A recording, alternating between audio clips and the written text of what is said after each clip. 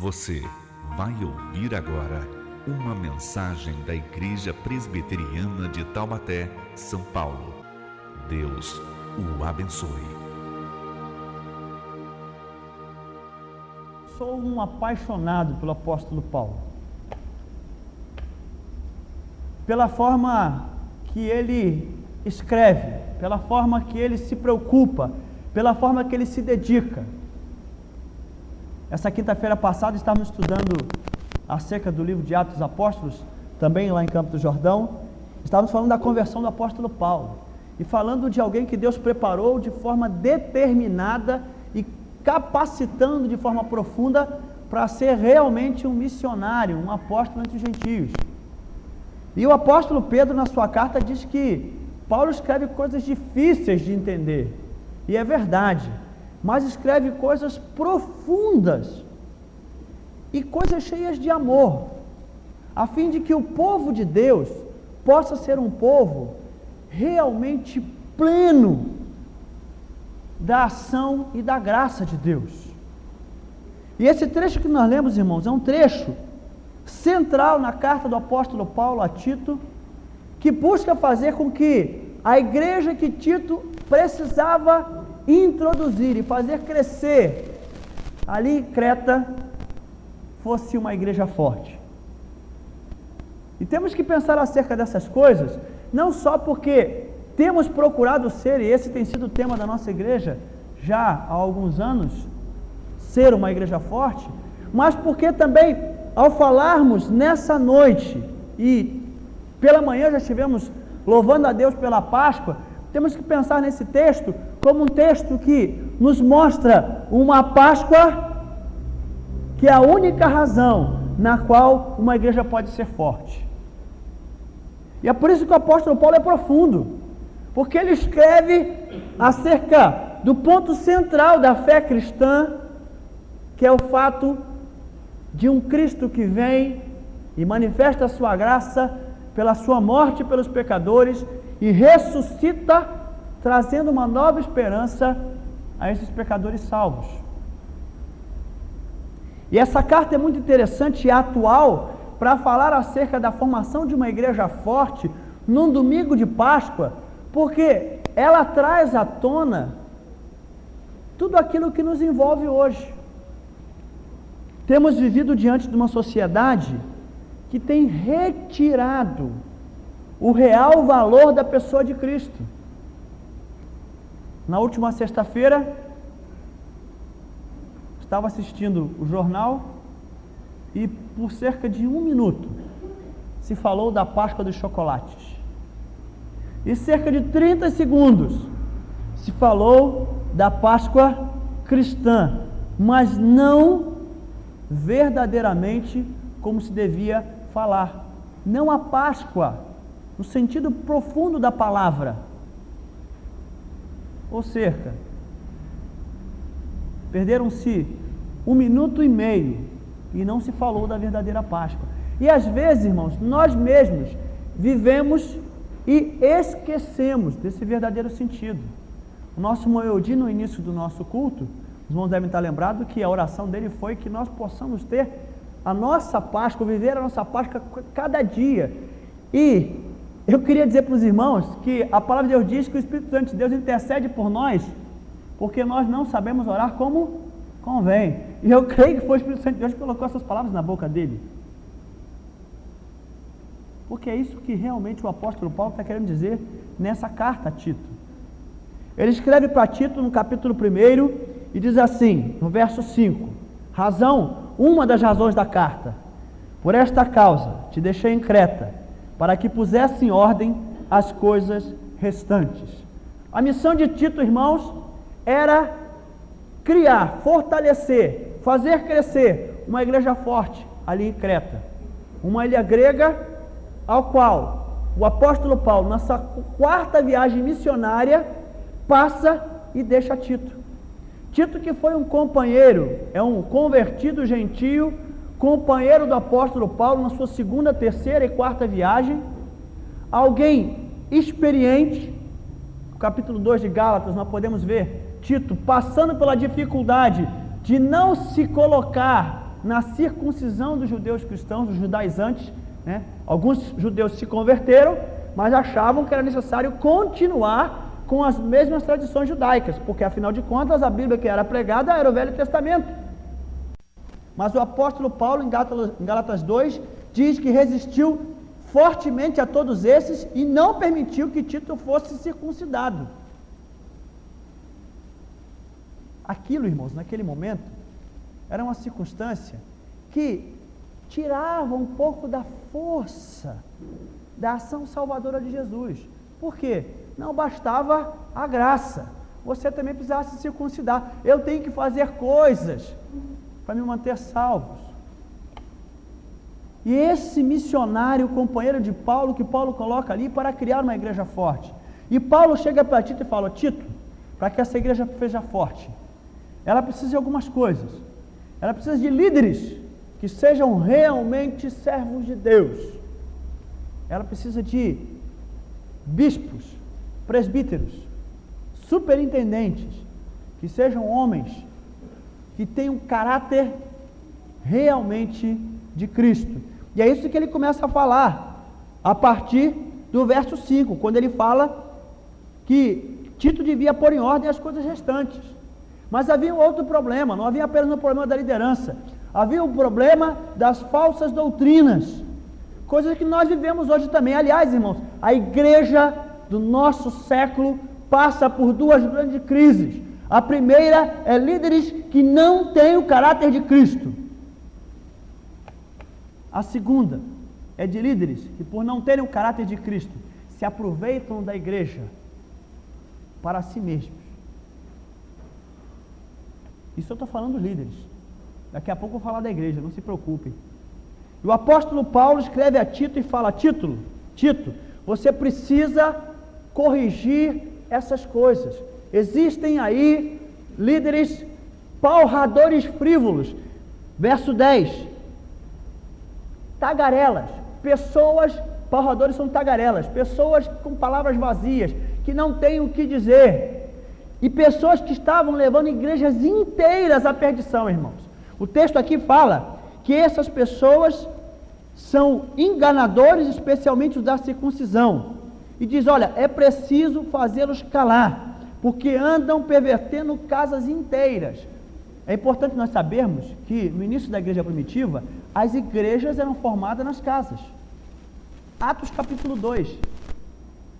Partiam pão de casa em casa, com singeleza de coração. Partia o pão ali, era a Santa Ceia. O culto era nos lares, as igrejas começavam nas casas. O apóstolo Paulo está dizendo: olha, esses líderes não têm o caráter de Cristo, e eles falam coisas vazias, e eles têm destituído a igreja do Senhor Jesus. Isso é o nosso século, irmãos. E por quê? Porque eles não pregavam a Páscoa. Eles não pregavam a manifestação da Páscoa. Na verdade, a palavra de Deus diz que eles faziam isso por torpe ganância. A última parte do verso 11, por interesse próprio, por quererem crescer para si mesmo. E Paulo, acerca deles e acerca das pessoas que ouviam eles, cita o filósofo Epimênides e diz: olha, Epimênides, lá no século VI, antes de Cristo, já falava deles, já falava dos cretenses, dessas pessoas que estão diante dessa igreja. E ele diz assim, citando esse filósofo: foi mesmo dentre eles um seu profeta que disse: cretenses sempre mentirosos, feras terríveis, ventres preguiçosos. Irmãos, não se enganem, muitos acreditam nessas pessoas hoje. Isso tem pervertido a palavra de Deus. O apóstolo Paulo chega para Tito e fala: põe a casa em ordem, faça uma igreja forte e não permita que essas pessoas possam estar à frente dessa igreja. Meus irmãos, eu sou apenas um pastor auxiliar. O reverendo Cláudio tem ainda 4 anos aqui. Nunca permitam que homens desse naipe possam ocupar esse púlpito. Pessoas que se ocupam, no verso 14, com fábulas judaicas, com mandamentos de homens. Lendo assim, irmãos, parece uma coisa que não tem a ver com a Páscoa e que não tem a ver com Cristo. Mas sabe o que quer dizer pessoas que se ocupam com fábulas judaicas? Durante o último livro escrito dos profetas menores e até a vinda de Cristo, houve um silêncio. E nesse período surgiu uma coisa chamada Talmud. Eram comentários bíblicos por estudiosos da Bíblia. E lá eles criaram uma linguagem, uma literatura chamada apocalíptica. Eles falavam de coisas que iam acontecer lá na frente. E eles criavam muitas fábulas. E eles escreviam acerca de uma coisa que tinha a expressão de aeons. E o que eram esses aeons? Eram seres celestiais que tinham grandes poderes. E muitos igualavam o Senhor Jesus a esses seres. Quantas vezes nós temos visto pessoas que trazem para si mesmo o poder de Deus, quando na verdade não é deles, quando na verdade o mérito não pertence a eles. E quantos casos nós temos visto de homens que andam por aí pregando águas que curam, fogueiras que fazem milagres.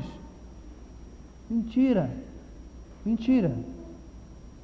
E é importante que se diga isso no domingo de Páscoa, porque a Páscoa é a razão de ser de uma igreja forte. E nada pode tirar o mérito do Senhor Jesus. E o apóstolo Paulo estava falando acerca disso. O apóstolo Paulo estava falando disso porque essa igreja que dava ouvido a essas coisas era igreja de mulheres idosas que não andavam como convinha. E no capítulo 2, ele começa a falar para essas pessoas, diz: olha, mulheres idosas, sejam temperantes, tomem cuidados, homens idosos, sejam pessoas sensatas. E as idosas diz: olha, que vocês tenham um bom testemunho para que as jovens sejam boas esposas, que não fiquem aí com falatórios inúteis. Jovens sejam criteriosos, não vistam qualquer coisa, não cantem qualquer coisa, não se metam em qualquer coisa, porque o jovem do Senhor Jesus foi lavado e remido pelo sangue do Cordeiro, irmão. Sangue precioso. E para o líder Tito, o apóstolo Paulo diz: e tu, Tito, que vai ser pastor dessa igreja, seja padrão de boas obras. Por quê? Porque Deus manifestou a Páscoa.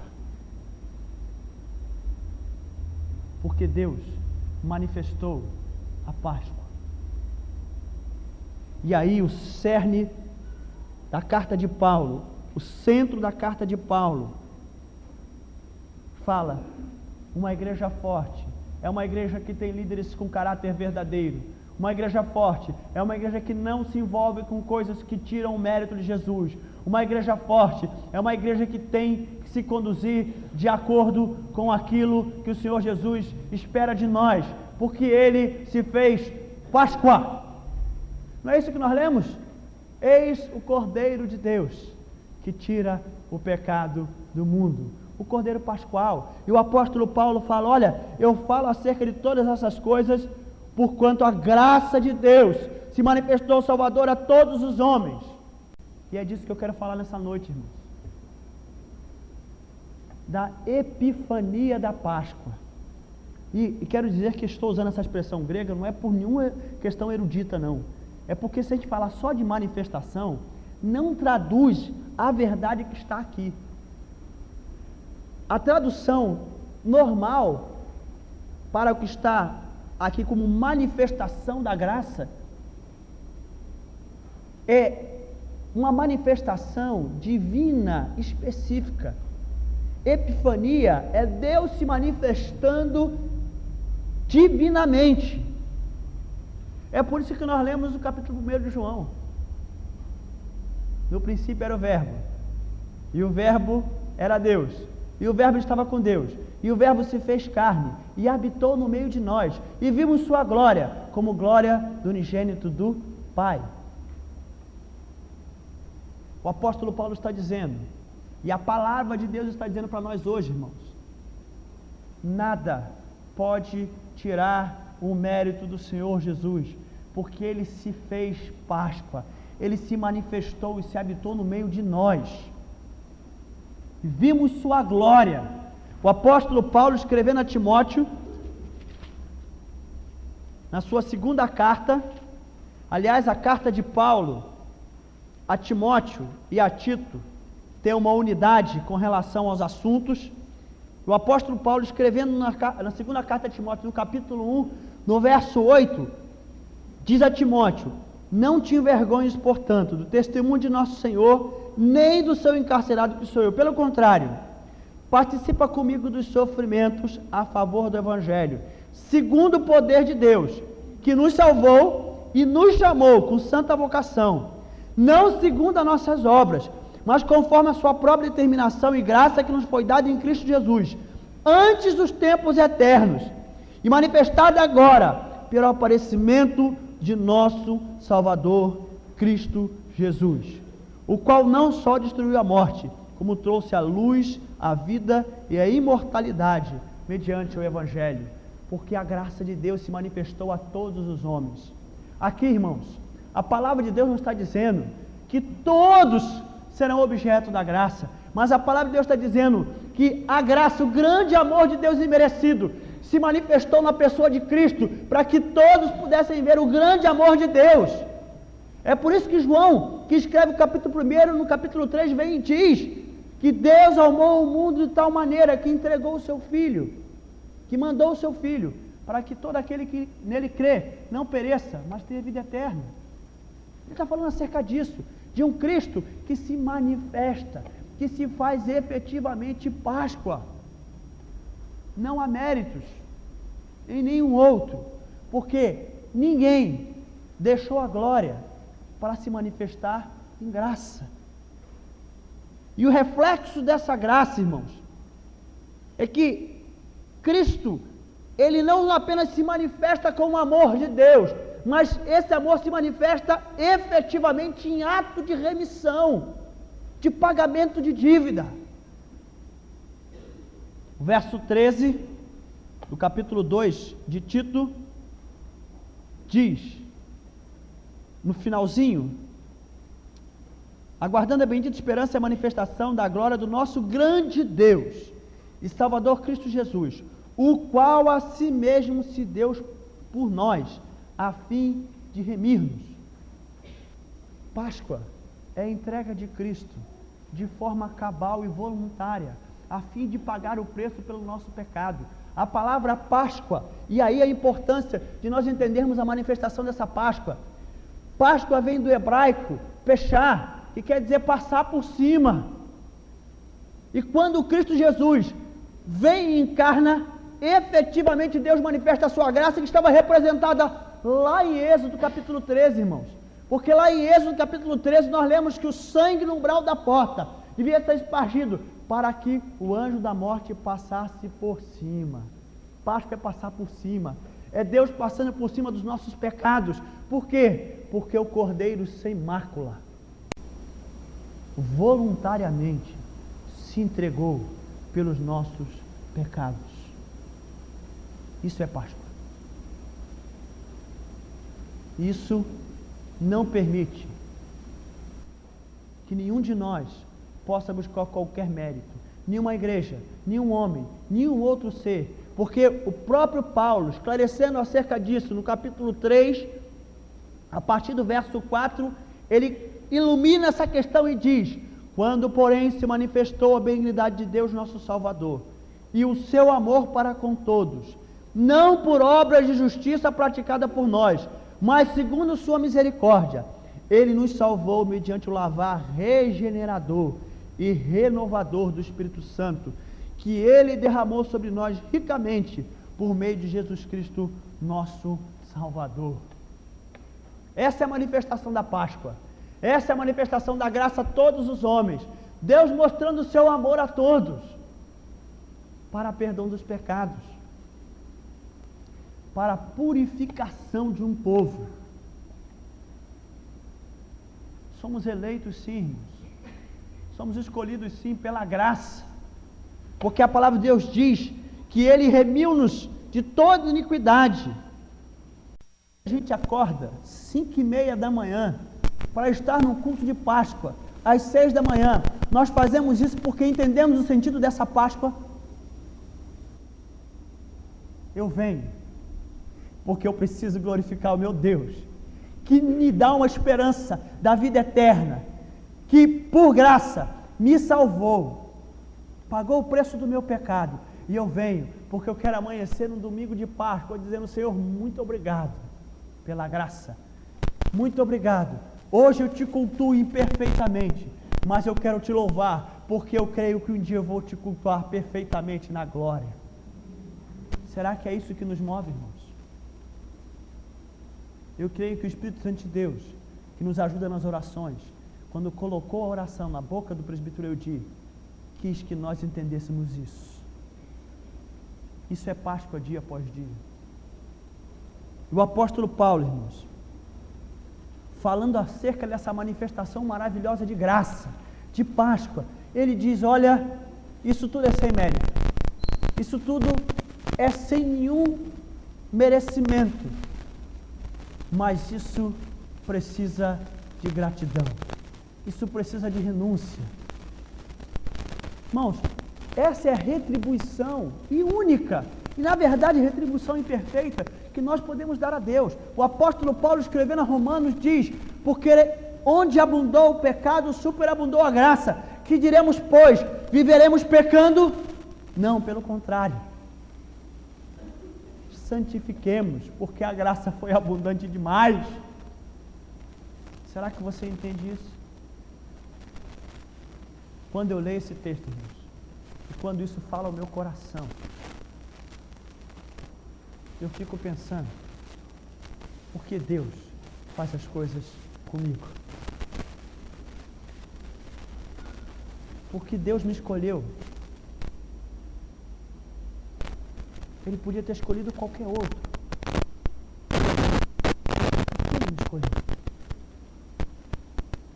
Quando eu penso acerca dessas coisas, irmãos, eu fico lembrando meus 8 anos de idade, quando eu tinha que fazer companhia para minha avó, e eu tinha que acompanhar ela nas noites de quinta-feira ao centro espírita, para fazer o trabalho para São Cosme, Damião e Dom.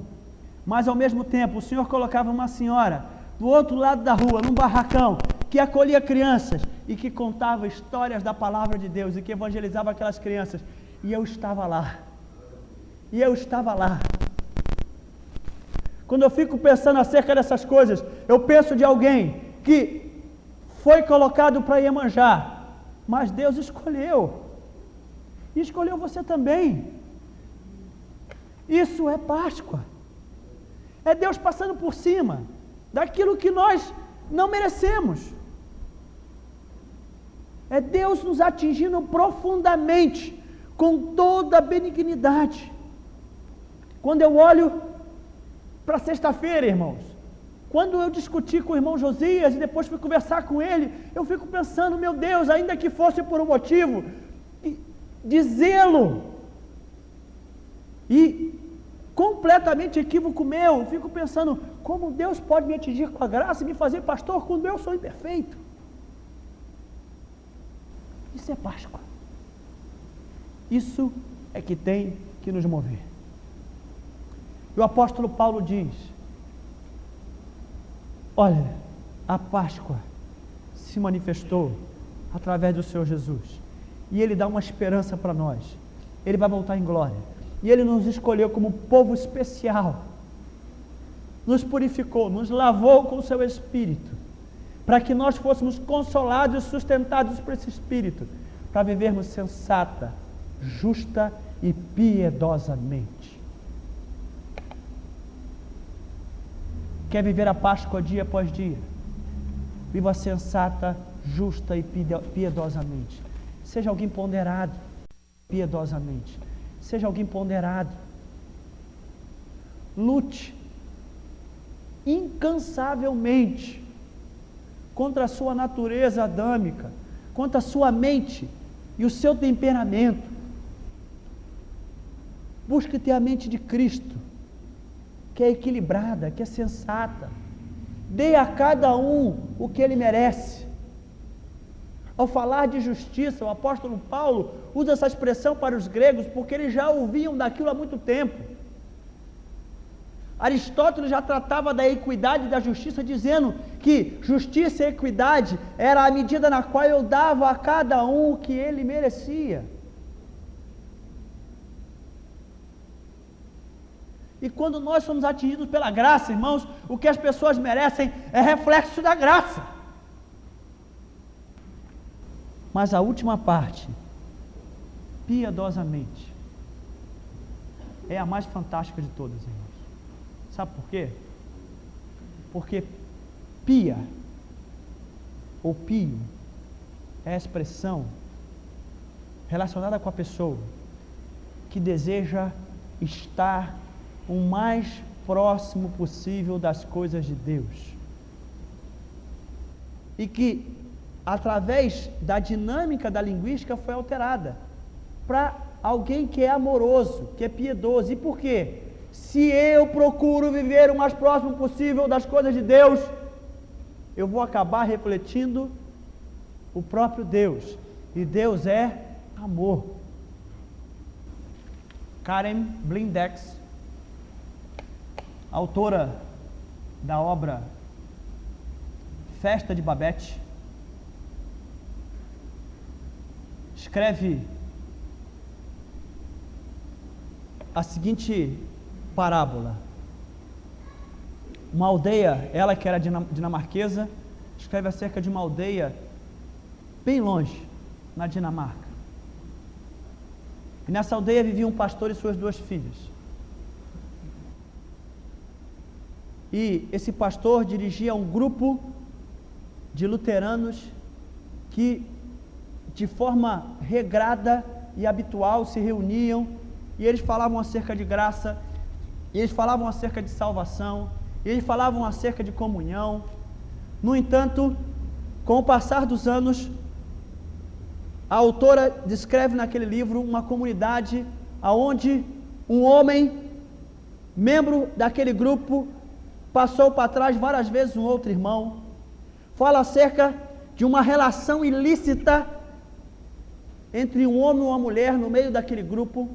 Fala acerca de 2 irmãs que não se falavam, que viviam em ódio e que falavam uma mal da outra. E o pai dessas moças falece e elas, por dedicação ao pai, não se casam e permanecem com essa obra.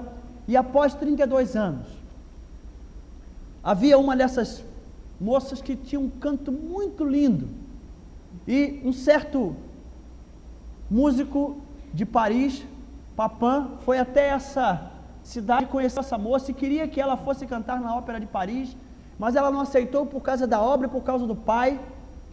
Mas depois de 32 anos, ele manda uma moça bater a porta dessa casa com uma carta, e essa carta pede que aquelas 2 irmãs possam receber Babette. E elas dizem que não podiam recebê-la, porque elas não podiam ter empregadas, elas eram pobres.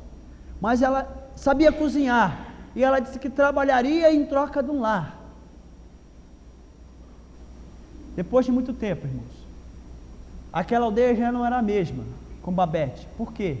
Antes eles comiam apenas uma papa com água, pão e cerveja, e apenas bacalhau cozido.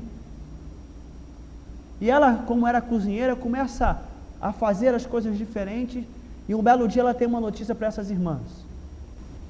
Anualmente, uma pessoa em Paris renovava um jogo de loteria que ela fazia, e a notícia que ela tinha é que ela tinha ganhado 10.000 francos. E as irmãs ficaram muito tristes,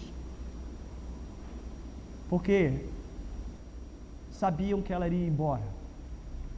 E ela, que nunca pediu nada àquelas irmãs, faz um último pedido. Ela queria fazer uma grande festa,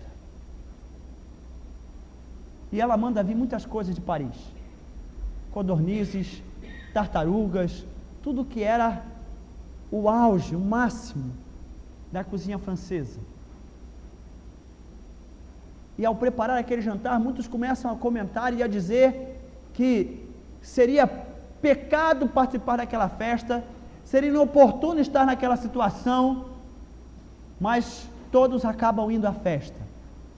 E uma das irmãs teve uma oportunidade também de casar com um homem que era um capitão da cavalaria francesa, e esse homem, depois de muitos anos, se tornou um grande general e volta de novo àquele vilarejo.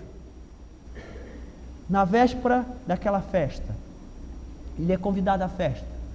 Tem-se a noite do jantar, irmãos. E eles começam o jantar com tudo que tinha de melhor.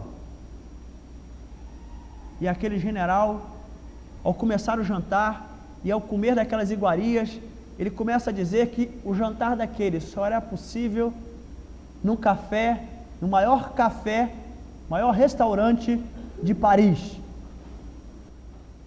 E ele começa a entender o valor daquele jantar, o valor daquela festa. E no decorrer daquela festa, irmãos,